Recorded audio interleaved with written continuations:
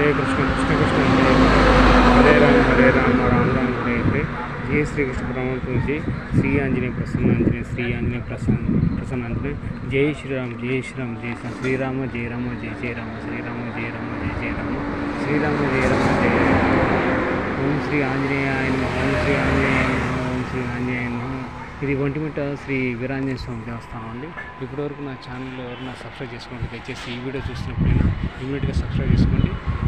ఈ వీడియో కింద subscribe బటన్కి click చేసి సబ్స్క్రైబ్ చేసుకోండి. పక్కన బెల్ ఐకాన్ చాలా సబ్స్క్రైబ్ చేసుకున్నప్పుడు నేను చేసేటువంటి వీడియో ప్రతి ఒక్కరు మిస్ కాకుండా చూడవచ్చు.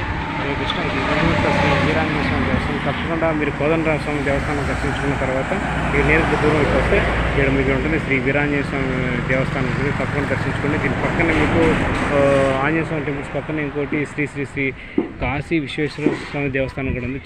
చిన్న టెంపుల్స్ ఇవి. సో తప్పకుండా ఆంజనేయ స్వామి టెంపుల్ దర్శించుకోండి. అదేవిధంగా శ్రీ కాశీ